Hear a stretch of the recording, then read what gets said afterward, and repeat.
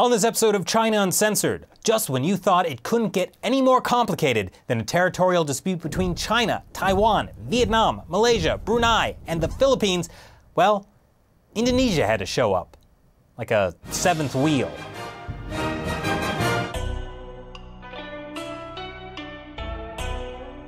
Hi, welcome to China Uncensored. I'm your maritime mariner, Chris Chappell.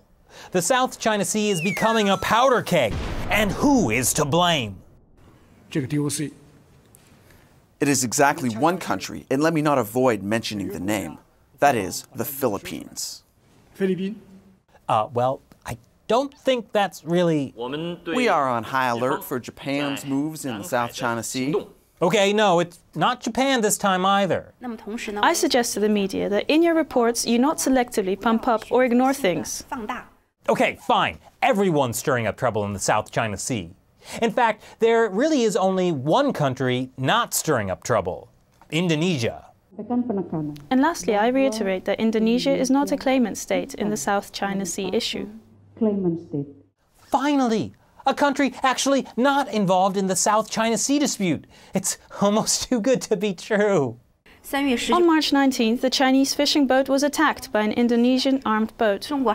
Oh, it was too good to be true. You see, on Saturday, Indonesian authorities attacked a Chinese fishing vessel in traditional Chinese fishing grounds. Of course, by attack, the Chinese Foreign Ministry means Indonesia fired warning shots into the air while approaching the Chinese vessel that was fishing there illegally. And by traditional Chinese fishing grounds, they mean Indonesia's exclusive economic zone, located within 200 miles around the Natuna Islands. Don't worry, I didn't know what the Natuna Islands were either. Apparently they're here, outside the giant area of the South China Sea covered by China's ridiculously large, historically accurate, 9-dash line. But a small part of the 200-mile exclusive economic zone around the Natuna Islands does overlap with the 9-dash line. Fortunately, Saturday's incident is nothing like what happened back in 2013, when Indonesian authorities caught another Chinese fishing vessel. That time, a Chinese patrol ship came armed with mounted machine guns and demanded they release the boat and crew. This time, the Chinese Coast Guard was much better behaved.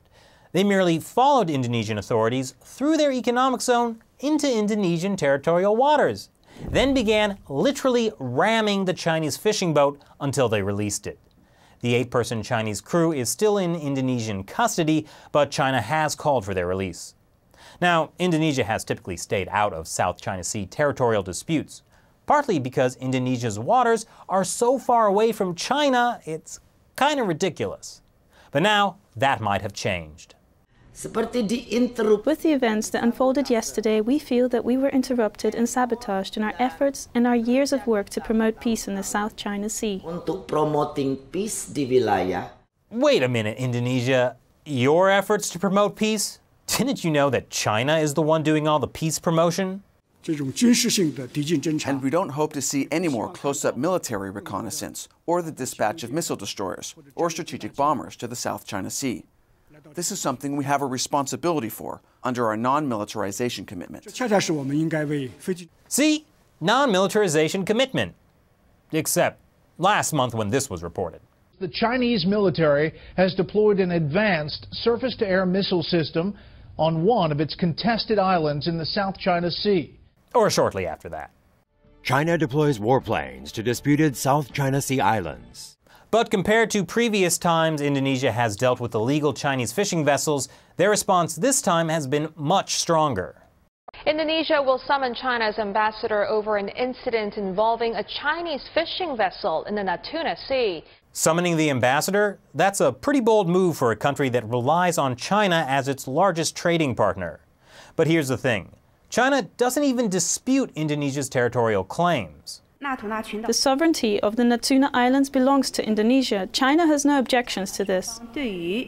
Yet China insists that their fishermen were still in traditional Chinese fishing grounds? I guess there's something to be said for tradition. If everyone just respects each other's traditional fishing grounds, then we should be fine. What's that, Shelley? Okay, never mind. But anyway, the biggest problem for China is that by alienating Indonesia, they may have lost the closest thing to a neutral ally in the South China Sea disputes.